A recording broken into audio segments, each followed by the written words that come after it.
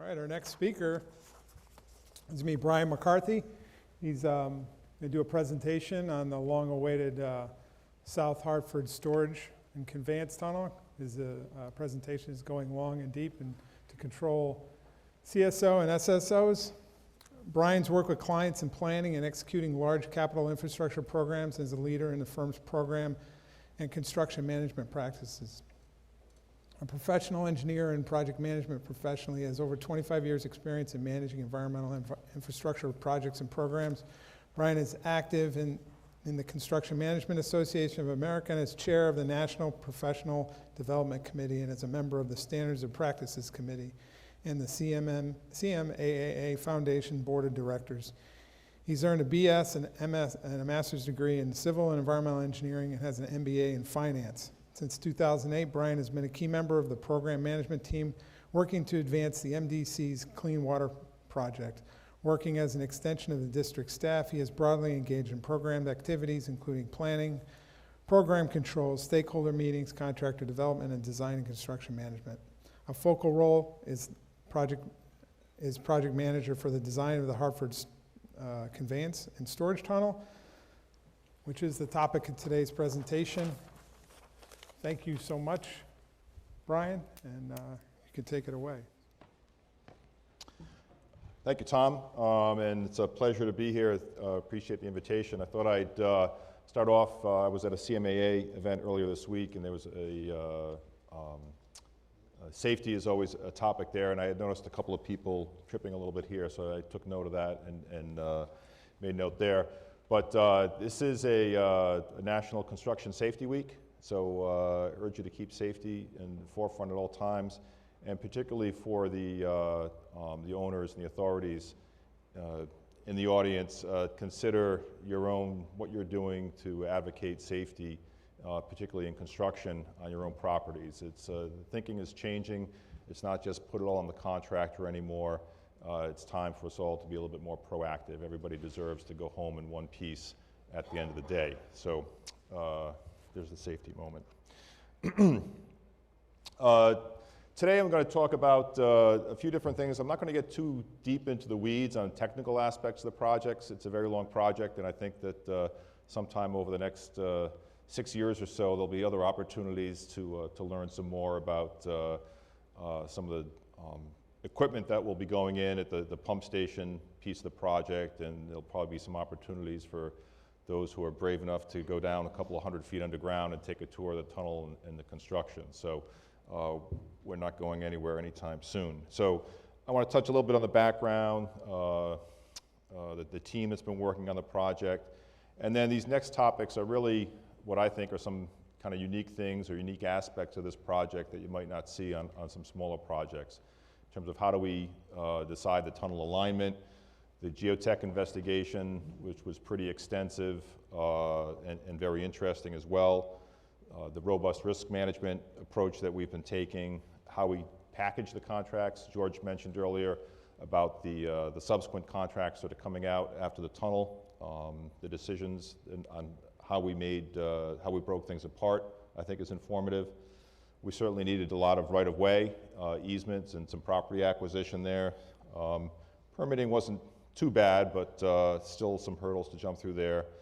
I'll echo a couple of things that Jay said about public communication, and then kind of give you an up-to-date on a couple of points on what we did for construction procurement. We did a pre-qualification process for the tunnel contract, and a couple of other points I'll give you on that.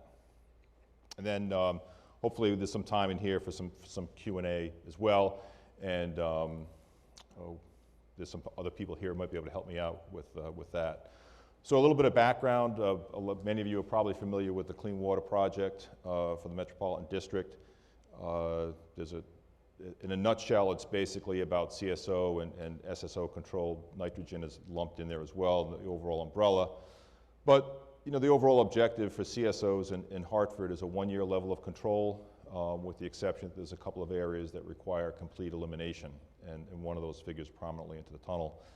And then with the SSOs, the key piece that affects this project is the elimination of some structural SSOs. There's also a bunch of I&I reduction work and some other things, but those are kind of the big pieces, and that's all governed by a consent order with DEEP and a consent decree with US EPA. So what's going on for the major components of the Clean Water Project? First, we're expanding the capacity of the Hartford Water Pollution Control Facility. The wet weather capacity is being increased to 200 MGD. So there's pretty active construction that's been going on there for the past 8 years, and they're in the meat of it now with the two biggest contracts underway for the wet weather expansion project. And the two biggest active projects now are probably about, I think it's well north of $200 million worth of construction that's going on there. These areas highlighted in green that you see on the map are some sewer separation projects. Those are just about done. There may be a few more that are done in the near future, but the initial plan that was formulated back in 2005, 2006 had a lot more sewer separation planned, but with the last long-term control update that was completed, we shifted strategy away from sewer separation. Number one, because of it's just very disruptive to the local community. Hartford's very densely populated. It's a lot of house-to-house connections, reconnections, not just sanitary, but also storm. A lot of other utility relocations, be it water, gas, and so on. And so it's ended up costing a lot more. Hartford police are very expensive as well. That doesn't help matters. And there's also some, particularly in the areas that required complete elimination, some technical feasibility issues, I think, at the end of the day, getting there. So tunnel storage was always part of the original plan, but things are shifted to use tunnels a little bit more here, particularly for the south tunnel. And then there's a big II component, particularly for the outlying towns, West Hartford, Newington, Wethersfield, Windsor, and so on, because not only do those affect the SSOs in those towns, but most of the flow in the district comes through Hartford. There's a couple of other plants, and anything that's coming in from those towns is certainly taking capacity up in the interceptors and the major sewers in Hartford that, again, are going to exacerbate the CSO problem. So while you see them as kind of two separate things, they are related there. CSO tunnels are a pretty common approach in large and medium-sized cities for CSO management. I think Providence is the closest, most recent example. They went online with their first phase in 2008. It's a very similar in size and scope to what we have here, a little bit deeper, but a deep rock tunnel. Others you can see there, the first ones out of the box were Chicago and Milwaukee. I think Chicago's looking again at some more expansion. If you look at their TARP program, I forget exactly what that means, but the acronym stands for, but that's a huge infrastructure program. But there's some other, DC Water is very active now. You can see that in the trade press. Indianapolis and Cleveland and some others in Ohio as well. So it's pretty common, and a dollars per gallon basis in terms of benefit, it's one of the most cost-effective ways to do things. So, the project team, I like to say that project delivery is a social activity. We really get things done by working together. It's not technology that gets something done, it's really people working together. So if we think about kind of starting off with the MDC, the key program team on the project is CDM Smith has been a program manager, acting as an extension of staff with the district, and I've been acting essentially as the district's project manager. I sit in the district facilities. The design engineer is a collaboration between AECOM and Black & Veatch, and the construction manager, who was brought on at about 30% design, is Jacobs Engineering with some help from Parsons. But I think when you think about it that simplistically, it really goes a lot deeper than that. So within each of those organizations, you've got either subcontractors or specialty consultants or the specific disciplines that work on that. So whether it's tunneling experts that are helping provide some peer review on our side, communications and outreach and so on. And the kind of the same thing on the design side, whether it's the people that are the tunneling experts or the pump station experts, risk management, and so on. So there's a lot of people involved. And then the MDC certainly has a number of different departments. We're looking at the construction and engineering folks who are responsible for seeing the project through to design and into construction, but we've had many meetings and interfaces with Tom Tyler and his group in operations, as well as his counterparts on the collection system side. This is a project that they're going to have to live with and operate, so it's very important to work hand in hand with them. And not just them, but we've also got legal, procurement, public relations, and so on and so forth. So it's kind of being a little bit of a ringmaster there to keep everybody informed, make sure we're getting all the input. Hats off to Deep. I see Yvonne in the back. She was our engineer on the project for a while. Now it's transitioned to Roland Denny. I think it might have been someone else to start off with. Certainly working on the funding piece with George and Susan and their crew. We've got the member towns that we're dealing with. This project straddles Hartford and West Hartford, utilities, Eversource, and others, and then some permitting from the Corps of Engineers, and then we've got other projects going on. We've had, with the construction that I mentioned at the plant, there's some kind of trade-offs. We've got to sync up with those when we ultimately deliver the water from the tunnel to the plant. We've got to make sure that we're synchronized and talking to what else is going on. Wrap all that up in a public context, and it gets pretty, can get pretty involved. So just managing the people aspects of things, I think, is one of the biggest challenges, but also I find it one of the most rewarding pieces of the project as well.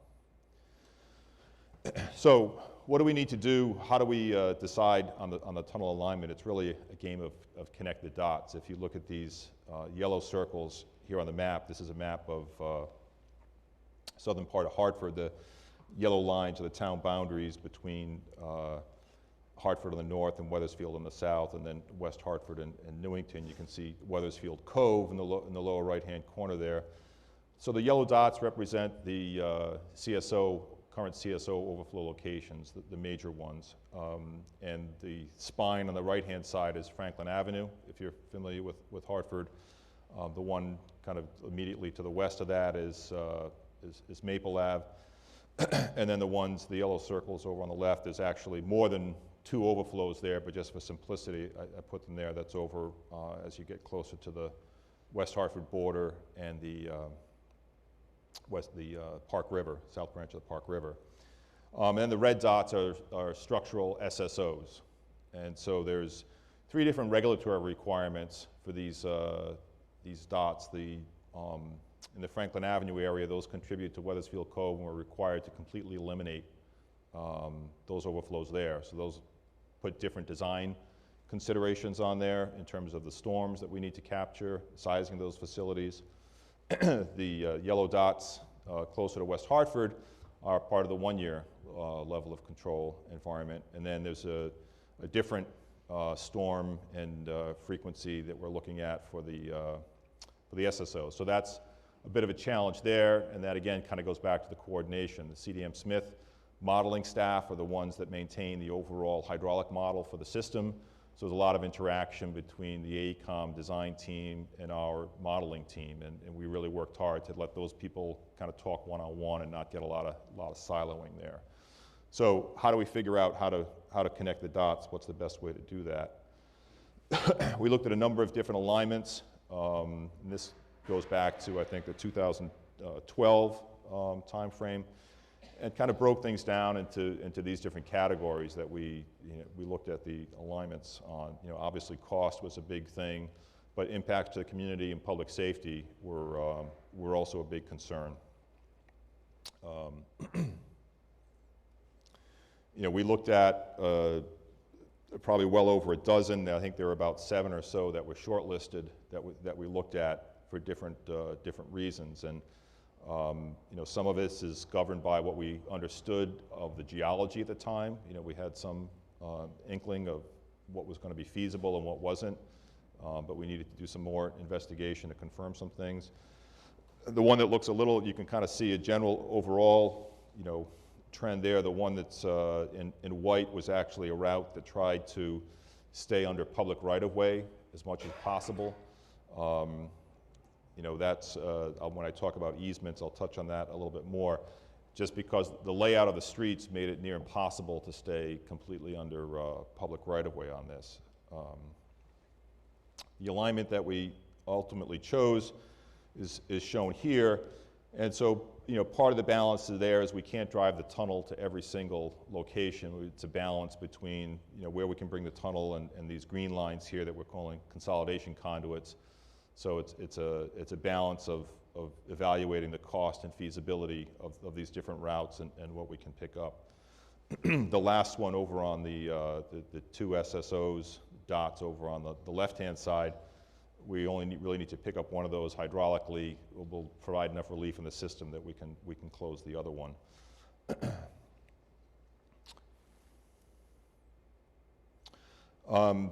We had as I mentioned, a very extensive geotechnical investigation on this project. This graphic shows the route of the tunnel through with an overlay on the regional geology map on there.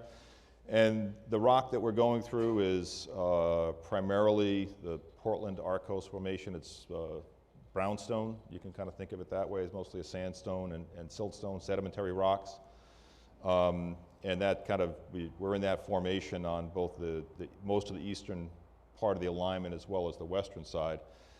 And then there's a couple of basalt sills that we need to go through, so much different rock type there. And then the Berlin Formation, which is very similar to the Portland in terms of being a sedimentary formation, very similar properties, is in between. And you can kind of see these other lines here with fault lines and so on that we need to look at.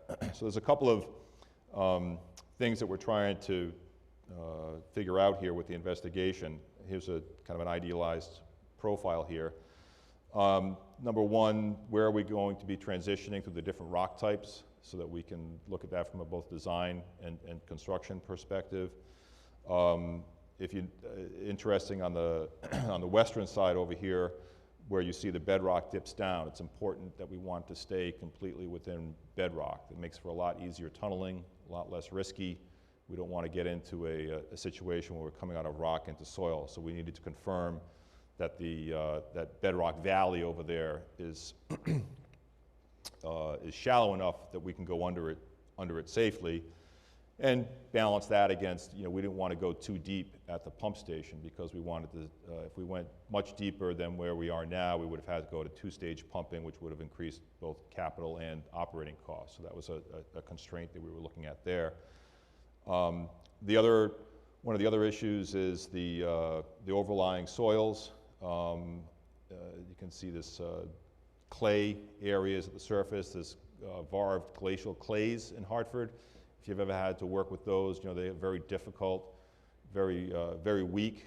It's like weight of rod type material to go through. So, and also very sensitive for dewatering. They're not consolidated at all. So one of the concerns that we have is even if we're under the rock, tunneling through the rock, if we depressurize the overlying aquifers, that could lead to consolidation of those clay materials and settlement. That's particularly a big concern of ours at the start of the tunnel or down near the treatment plant on the eastern end because of the facilities there, not only the district's water pollution control facilities, there's also flood control facilities, dikes, flood control dikes and pump stations and so on. So that's one of the reasons why the Army Corps of Engineers was heavily involved in this, along with the Greater Hartford Flood Commission.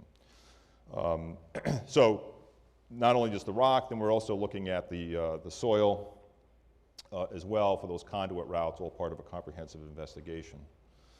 So we wanted to support just the tunnel itself, adits, the small connector tunnels, shafts So there's 3 big shafts on this project, what we call the tunnel launch shaft, which is about, I think, about a 35-foot or so, plus or minus, diameter shaft. That is where all the, that's kind of the start of the umbilical cord to get the tunnel excavated. That would later be turned into a grit and screenings facility. Adjacent to that, the launch shaft would be a 70-foot diameter deep shaft that will house the pump station. And then there's a number of intermediate drop shafts where we make the connections to the street level sewers and drop the flow down into the tunnel.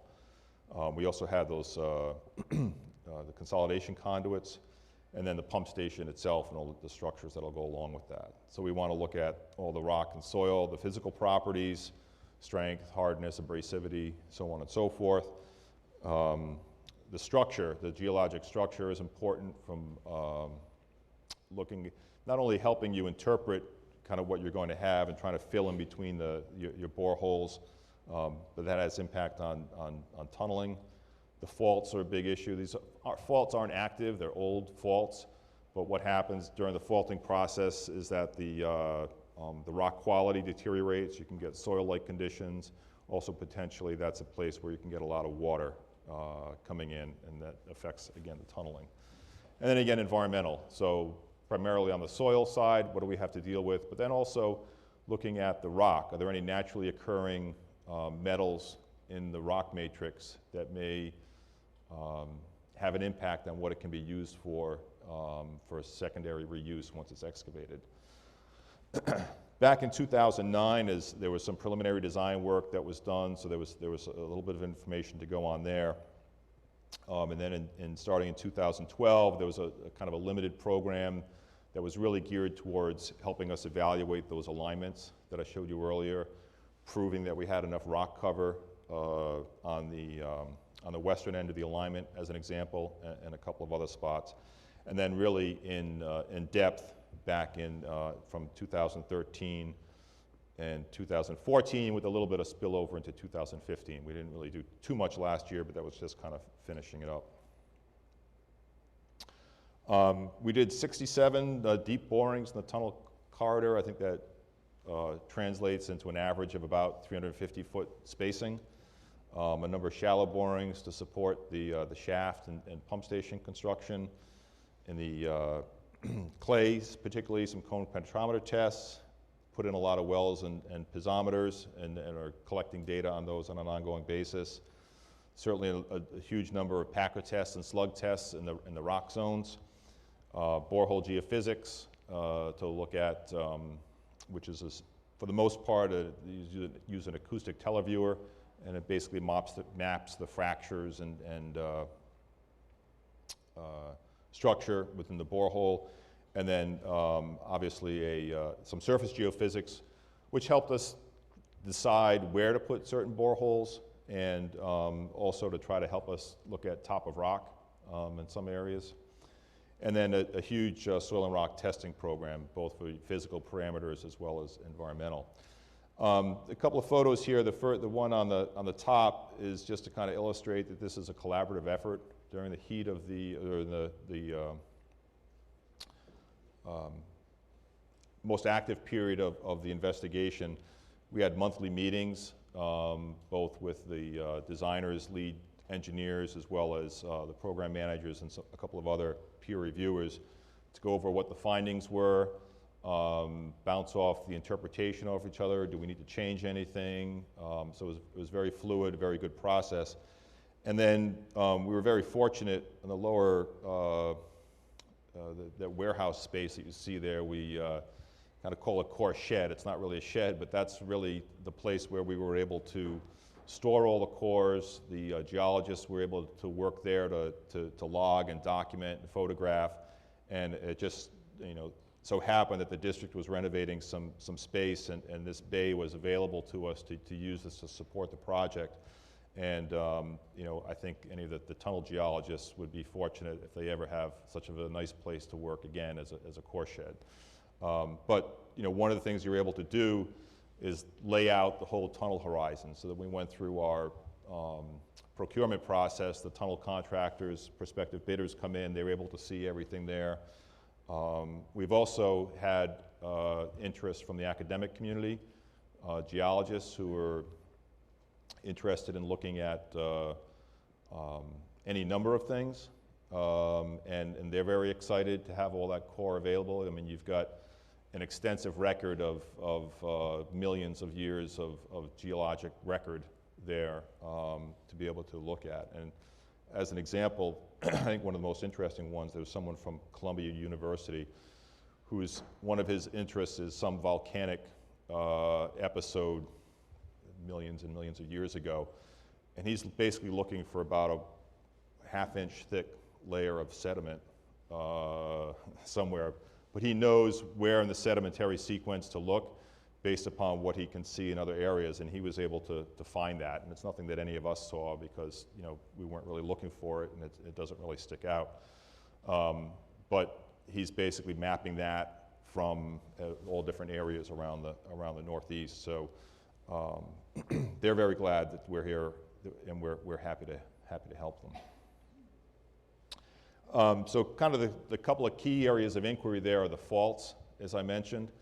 And just this snapshot here from a profile, you can see that we did some angled borings to try to intersect some of the faults, intersect some of the different rock types. On this particular graphic, the green is the basalt formations, and so you can see that things are pretty broken up there. You know, one of the guys in the picture there is Leo Martin, AECOM's lead geologist, and I don't know if any of you know Leo or not, but he's very passionate and you can talk very passionately about geology and the way these sediments were laid down, I think, and there's certain marker bands of shale that were laid down in certain episodes, and by looking at where those, whether those are displaced or not, you can kind of infer faulting. So it's not just a matter of what I'm seeing in the tunnel horizon, but you know, what I might see, you know, 100 feet above that kind of indicates what I should see lower in the tunnel horizon. So it's very interesting kind of putting the pieces of all that puzzle together to create a story about what things look like.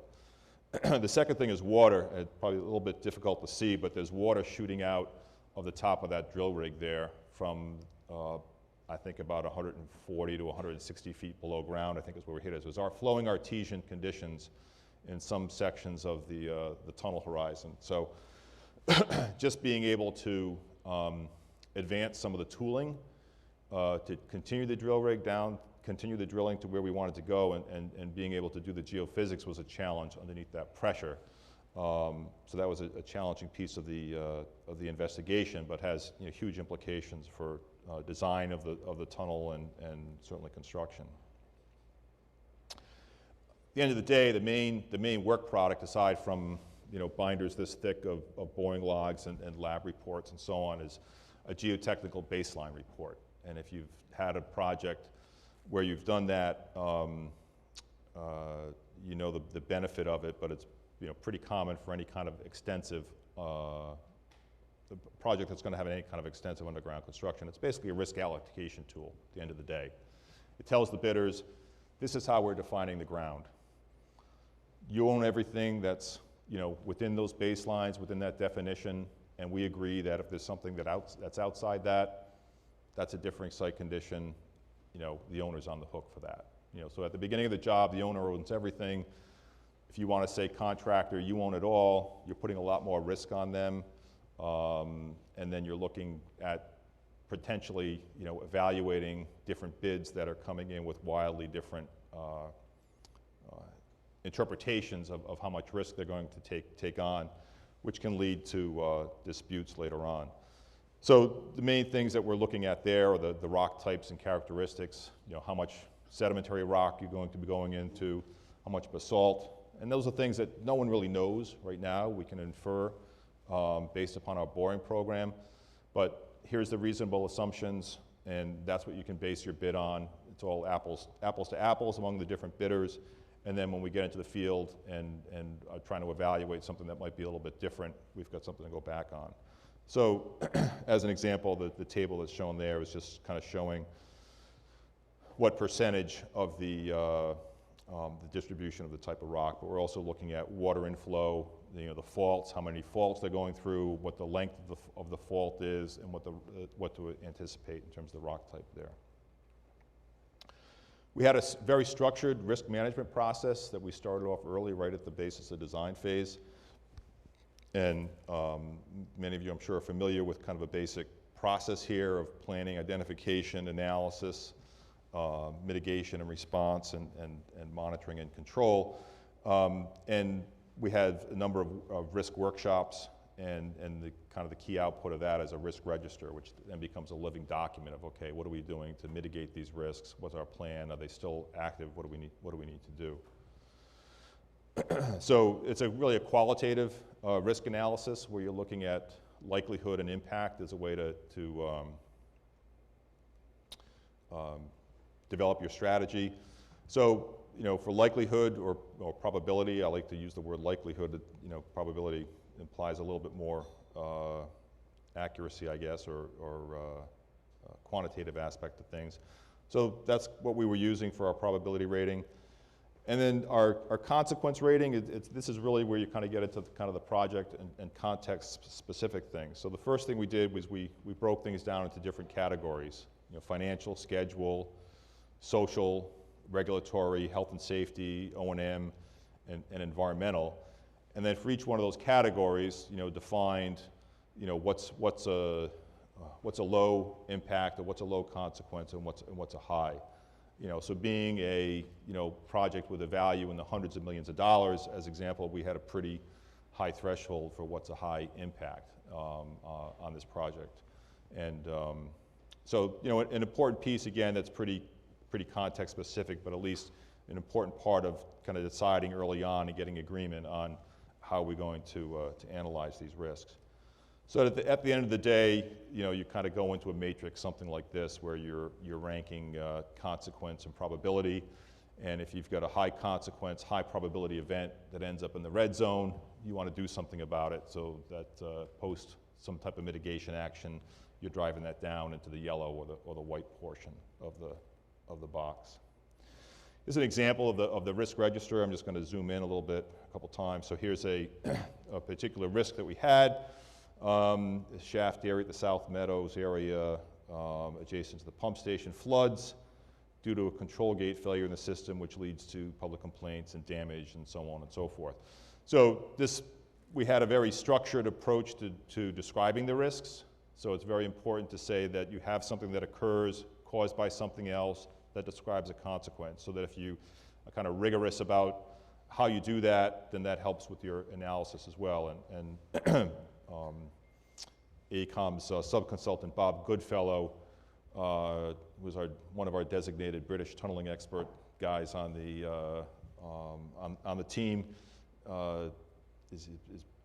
Was the risk lead on this, and we kind of followed his process here. So if we looked at this particular risk, we had a likelihood of 3, which was, it could happen. And this is really, when you start out, you say, if I don't do anything about this, what's the likelihood that could happen, and what's the consequence? So we saw that this was a, kind of a red zone risk with the 15. So it's like, okay, well now, what are we going to do about it, and how does that change the score? So our control measure was that basically we would have a redundant gate system with fail-safe operation and so on and so forth, which basically, reduced the likelihood. We didn't really reduce the impact so much. I guess we did a little bit there. So now we're at a 4 instead of a 15. The numbers, as I said, it's a qualitative process. The numbers are there more or less to guide you. And then what else was going to be left to do after that in terms of an action item? That would make sure that we would have O&M procedures and contingency plans and so on. So throughout the process of design, we updated this risk register at each of the design milestones, reviewed it, all the way up through construction, and we'll continue to carry some of these things on the owner's side through the construction process. The contractor will pick up some of these things that will become their responsibility as well as other things. The project was designed as an integrated system. We had to make all the pieces fit together. We couldn't just design the tunnel and then come back later and design the pump station and the conduits, because it all has to work together. So I think through 30% design, it was all designed as one, and then we kind of split it up into the individual packages after that. So we based the packaging on, kind of what are the technical aspects of things, whether it's the geology, interface risks, and then, funding as well. We can't build it all at one time. How can we stretch this out? So we ended up with 5 contracts. The first one, which is wrapping up now, was a small utility relocation contract down in the launch shaft area. Contract 2, which is the main tunnel and shafts, which we hopefully will be starting construction within a few months. And then contracts 3, 4, and 5, which George had mentioned, those are our Category 2 projects for future years. We can build the tunnel, but we want to be able to get water into the tunnel and pump it out. So we need to build those projects as well. Here's the way the packages were broken down. The blue represents the big tunnel and the shafts. 3 is the pump station fit out, so that's basically the mechanical fit out of the pump station facilities. The tunnel contract will be building the shaft, heavy underground expertise, let them do that, and then bring in someone else to do the buildings and the pumps and so on. And then the conduit contracts we split into 2. You can see the red and the green there. It's somewhat based upon geology and geography. On the red ones there, it's more that red line that's shown going up Franklin Avenue is actually going to be in rock, a small diameter rock tunnel. And then over in the green, it's mostly soft ground. And also looking at trying to hit a target value of contract to kind of spread the wealth a little bit as well and manage some of the risk that way. Another important piece is the interfaces. So what you see in blue here is the responsibility of the tunnel contractor. We didn't want to have a situation where the person who's going to come in and build a connection to the drop shafts would go ahead and sink their drop shaft holes 200 feet and say, well, the tunnel adit isn't there where it's supposed to be. So we wanted that connection to be the responsibility of one entity. So the tunnel contractor will drill those shafts and then basically seal up the site, complete those to a certain point, and then the conduit contractors will come in and make the connections. Rights of way, we had to buy some property and fee at the launch shaft pump station site. That was basically vacant land that the district acquired a number of years ago from the city of Hartford. And then we also needed to buy some land for the drop shafts and the retrieval shafts. And what we tried to do there was, obviously we wanted to get close to where the diversion points were, so we didn't have to build long connection pipes. And our preferences were really to go look at either open space, some industrial or commercial properties that were abandoned or were actively on the market. We didn't want to have to condemn anything, and we've been pretty successful with that. The photos there show, the top is an example of some open space, and then on the bottom we see an example of an industrial property that was, not really being used, and then, on the lower right is something that was pretty much abandoned as well. So that's all gone pretty well there. Subterranean easements. Most of you are probably used to getting a surface easement. So subterranean easement is basically just something that we have no surface rights. We define the tunnel envelope and have the right to mine the tunnel there and maintain it forever. There was a precedent in Hartford. There's a deep rock tunnel in Hartford that's the Park River Auxiliary Conduit, part of the flood control system there. And so there was some subterranean easements that were established then that we could use as a guideline.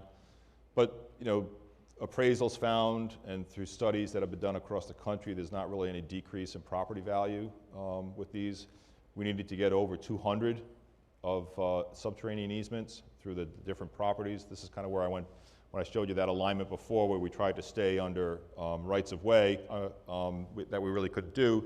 One of the consequences of that is that we have to go kind of cross country, and Hartford being pretty densely developed residential neighborhoods, a lot of it, and commercial through our route, that means a lot of different parcels that we were going through. So we did as much outreach as we could. I think kind of echo some things that Jay was saying. Sometimes it's hard to people, we'd schedule public meetings, we'd send out mailers, we'd put out flyers, and then you get 5 people or 10 people to come up to a meeting. So you end up going and knocking on a lot of doors, and one of the attorneys would go out on a Saturday and just to try to get people to sign up and so on. I think for the most part, the remaining easements, the troublesome ones, we had to go to condemnation on a few, but that was pretty much people that absent, not there. I think probably might have even been a couple of state agencies that things just go to the dead letter file, or some banks that might own something through foreclosure. So we had pretty good success, but it required a lot of repeated contact and hunting people down. And then we also needed access agreements with DOT going under 91 and 15 and the busway. Amtrak, and then getting line assignments from the town. Even though we're down a couple of 100 feet, we still need to get the line assignment. Permitting, we needed a 401Q water quality certification, mainly to support the wetlands. Down at the launch site, we had both state and federal wetlands on that. The interesting thing on the federal wetlands, as part of our mitigation, there's a fairly new in lieu fee program that you can use for mitigation there, and we basically wrote a check to the Connecticut Audubon Society because they are the administrator of the in lieu fee program for Connecticut. So they have to use that money for wetlands restoration or enhancement projects somewhere in the state. I mentioned before the Corps of Engineers and the Greater Hartford Flood Commission, and then again planning and zoning approval primarily for the drop shaft sites and what we're planning on putting there. Outreach and communication, we briefed the West Hartford and Hartford councils a number of times. NRZ, the neighborhood groups, we've gone out and briefed them often. Lots of mailings and flyers, and also any business groups. Again, and one of the challenges with this is I think it's hard to get people excited about something they're not going to see any activity on for 5 years or something like that. We want to make sure we do things, let people know what's coming. But it's for someone who's just 200 feet above the tunnel and is never going to see any construction at all, it may not necessarily generate a lot of excitement. But the district has a pretty extensive outreach program, especially during construction, and this project will be no exception. We did a pre-qualification process for the tunnel contract, and the evaluation criteria you can see listed there. We wanted to make sure this wasn't their first tunnel project, and also that wasn't their first tunnel project in rock or for the type of technique we'd be using. Also looking at their commercial terms, who they were going to be using on the project, their safety record. Most tunnel projects of this size are going to be done by a joint venture, so we wanted to make sure that if you're going to propose as a JV, that you've kind of done this before as a JV or in your role. We made sure that we had deep review and approved that. We wanted so that they didn't see any issues with competition, that we weren't precluding fair competition on that. So we ultimately, I think, got 14 submittals and qualified 6 entities, 2 of which were JVs and 4 were independent firms. Other contract provisions, which you probably won't see every day, are dispute resolution board, which is almost mandatory in the tunneling industry. That's basically a way to kind of keep things from getting into court. Very collaborative process. If you're considering something like that, I'd recommend the Dispute Resolution Board Foundation. They are, very good education and training materials, so we availed ourselves of their expertise. Number one, to kind of help educate the district and the project team about the whole process, how to use it, what are the best practices for that. And then escrow bid documents is kind of the other thing, and I know Jim just got back from Boston a couple of weeks ago. On a big project like this, you require the successful bidder and maybe even another to essentially take their bid documents, and we lock them away in a vault, only to be accessed in a last resort in the case of a dispute, but we know they're there, so that if we get into some intractable dispute about, you know, what your assumptions were at bid time, we can go back and get those. We advertised the tunnel contract last fall, bid at the end of February. We got 4 bids, all joint ventures. So 4 of those individual entities combined into 2 other joint ventures, which was allowed as part of our pre-call process. We kind of anticipated that. The apparent low bidder is a joint venture of Kenny Construction, who's based out in Illinois, in Obayashi, for just under $280 million. And then the other teams you can see listed there. The bid spread was very tight. We were very pleased with that. Reinforced that we thought we had a good and fair package out that. Our award has been approved by DEEP, and we're kind of going through some of the steps that Susan laid out in her earlier talk about getting Treasurer's office and so on there. You know, sometimes on smaller projects we start in construction while the funding agreement is working out, but we haven't seen a schedule of values yet, but I imagine the first payment on this project is going to be in the millions of dollars just for bonding and everything else. So we want to make sure we have our financial agreement in place before we execute and give a notice to proceed. But, you know, at this stage of the game, we expected notice to proceed sometime this summer. So overall, you know, we started the contract 1 construction last fall. As I said, that's wrapping up now. We think that probably sometime late next year, depending upon the schedule, you know, the actual photo op with the tunnel boring machine and the big thing lowered into the hole, you know, will be around that time frame. And, you know, we think it'll take about a year to 15 months or so for the actual tunnel mining to take place. There's a lot of other work to happen there. So somewhere in the, you know, 2019 time frame is when we think we would be starting construction on the other 3 packages. And you know, our regulatory deadline to get the system going is January 2024. So I don't know how I was doing on time, if I went over time or if we had a little time, or About right on time. about right on time. Anyone has a couple questions for a minute or 2? Any questions? All right, thank you. If you don't use the clean water funds, you know where it's going. Oh, Oh, yeah, one over here? go ahead. Are there any, I worked on the Bowari Boas tunnel in Columbus, Ohio, which was a segmental tunnel. Yep. So are there any portions of this segmental? We decided to go with the segmental tunnel. We were kind of carrying both options through most of design. What led us to go segmental was the cost was turning out to be a wash, and that gave us a lot better control over groundwater inflow and pretty much took away that issue of the potential for consolidation settlement above. So we went with the segmental option. Okay.